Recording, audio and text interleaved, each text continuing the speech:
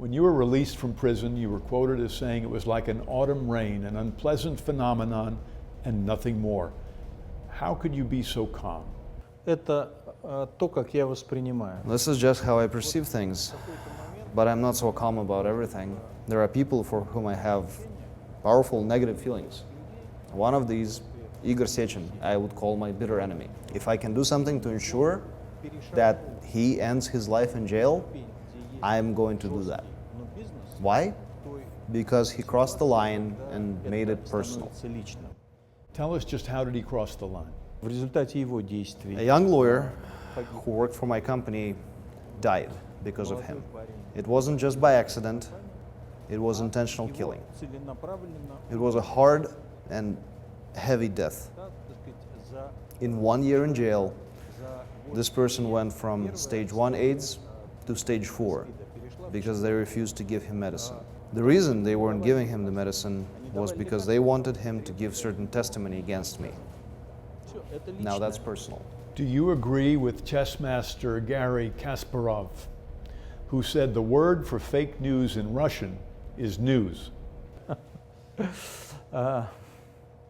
Ну, я понимаю, почему он так говорит. Well, I know why he said what he said.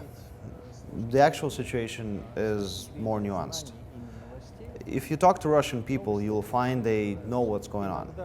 News is not hidden. Sometimes news is distorted, or the order in which stories are presented aren't necessarily in the order of importance. What those who criticize Russian news are missing isn't the news, it's what Putin's propaganda machine is doing. It has learned how to make people believe in presumptions. For example, you and I can see this brick wall here. We may have our own impressions about whether this is a pretty wall or not, but if I take 10 people and I say, look at how ugly this wall is, 8 of those people are going to be under the presumption the wall is ugly. This is what Putin's propaganda does. This is what we're trying to fight. Мы пытаемся бороться. As you're aware, a special prosecutor in the United States was appointed to investigate what we call the Russian hack of the 2016 election. News reports showed that Russian-linked accounts boosted everyone from Bernie Sanders, a presidential candidate, to Black Lives Matter. What was the strategy? Я не знаю, Америка There was none. переоценивает или не переоценивает. But I understand why Americans are in a huff. If I intentionally step on your toes, it's not all that relevant whether your toe got hurt or not. You will be angry at me. Ну, вы рассердитесь. Do you believe Vladimir Putin played a role or was behind the hacking of the American election? There are two very important points that need to be understood on this subject first. When you hear a phrase like, Russia wants to influence the American elections, I assure you the Russians aren't even thinking about the American elections.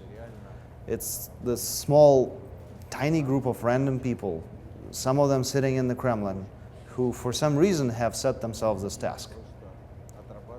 The second point, and one which still surprises me, that Americans do not understand, is that Putin doesn't run all of Russia. He doesn't even run his inner circle entirely. He's in general the guy who doesn't like to spend too much time working, and neither is he a great organizer. What he wants to be is a guy who can make everything look like it's coming along nicely, without him having to work at all. Все работало само без него. To America, it looks like Russia is trying to do things that are detrimental to the United States. То, что вы иногда здесь на Западе пытаетесь... What America sees as a straight policy line is very often just ordinary chaos. Yes, somebody there may have actually wanted to influence the American elections. What country doesn't? But the main reason for Putin, in my opinion, and one that your media seems not to understand, has nothing to do with America. What Putin wanted to show the Russian people is that American elections are corrupt. So the attempts were not to hack the election, but mainly to make it look back home like the votes were being falsified in Clinton's favor. Клинтон. What was Putin hoping to get out of that? Он хотел организовать Putin needed to evoke outrage from Trump supporters to support its thesis, not to accomplish any objective in America, but rather to show Russia See, there are no honest elections anywhere in the world. The point Putin was making was subliminal. When I falsify elections in Russia, that's just business as usual. Everybody does it. I, personally, see this as Putin's main objective vis-a-vis the American election. Решали и другие задачи. Now, you know Putin. You've spent time with him. You've worked with him. What is he really like? Когда Путин... When there was a plan to appoint Putin president of Russia, I did not support him, but I didn't make any public announcements.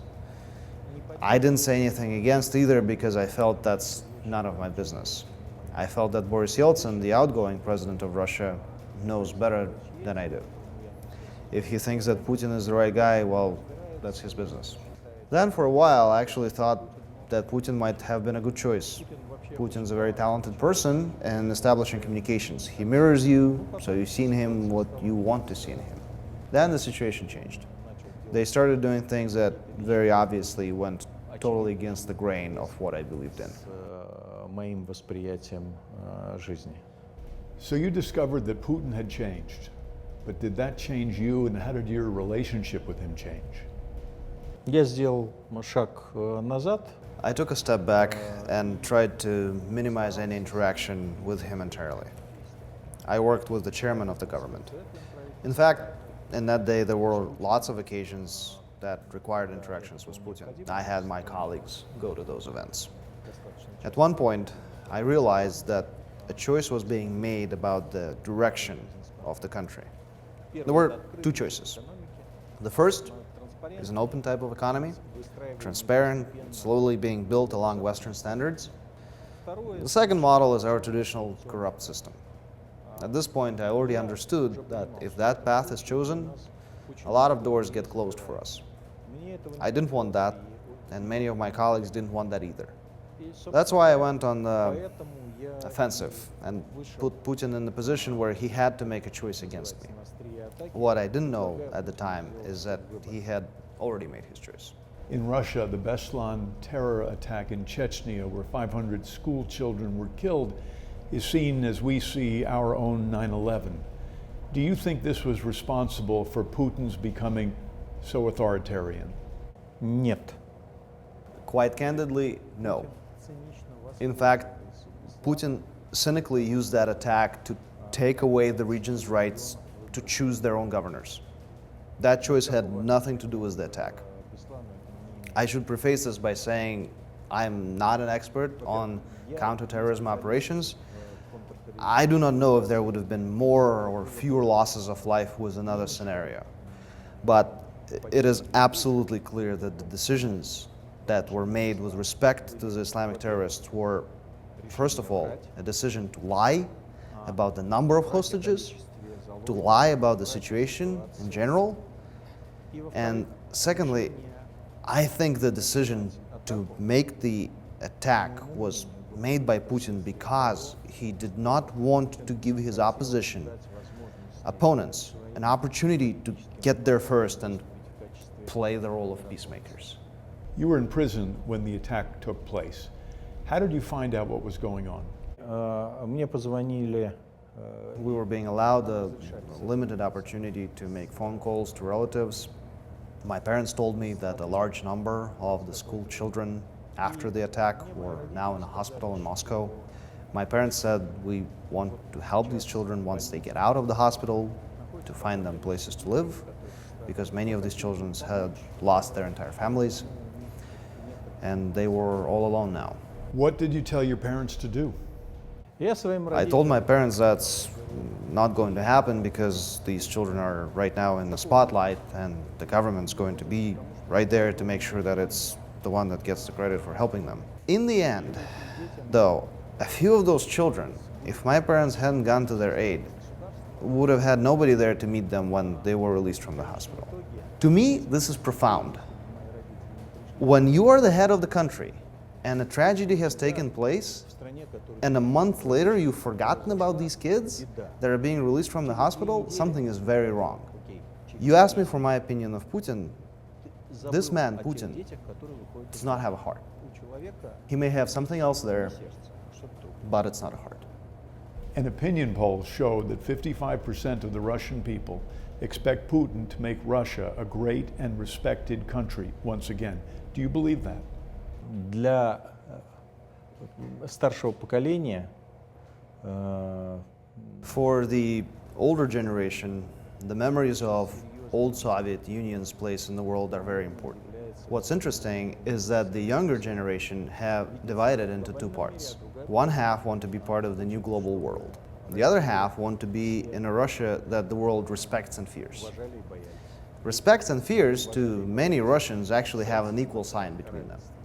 Do you find any interesting parallels between Russia and America?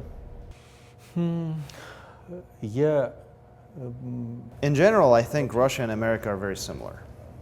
Both Russia and America are big, inward-looking countries. The overwhelming majority of Russians have never been outside of the country. The majority of Americans have never been outside the country either, except maybe a quick trip down to Mexico or across the border to Canada.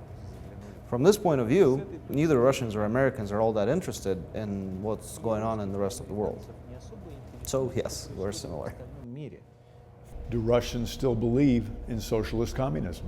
В экономической сфере есть In the серьезные economic sphere, Americans, much more than Russians, think their personal economic future depends on them alone. In Russia, Siberians are like that. Central Russia is very much reliant on the state. America also has a segment of the population heavily reliant on the state, and unfortunately, this segment is growing. So Russia and America share many traits in common, and yet Putin chose to go anti-American. Why did he do that? Причина The очень reason is simple.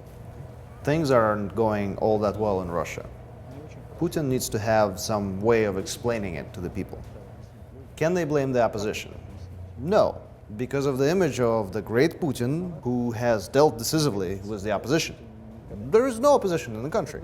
Now, China can get a little scary, so that doesn't help. So it turns out that it's not that Putin hates America, it's that America is just such a good opponent for him to have. Is that true?